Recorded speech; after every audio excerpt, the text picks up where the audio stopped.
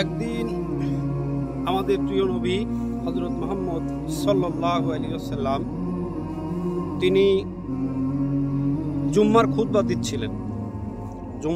দিচ্ছিলেন।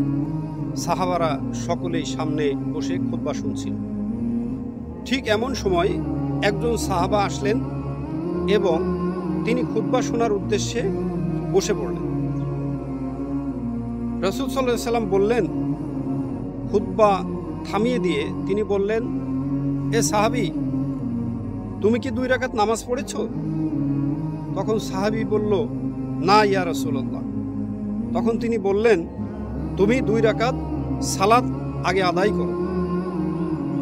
সম্মানিত দর্শক, আমরা এই হাদিস থেকে আমরা বুঝতে পারি মসজিদে প্রবেশ করলেই 2 রাকাত সালাত আদায় করতে হবে, কারণ এটি হলো দুখুলুল মসজিদ অথবা তাহিয়াতুল মসজিদ নামে এই সালাত 2 রাকাত পরিচিত।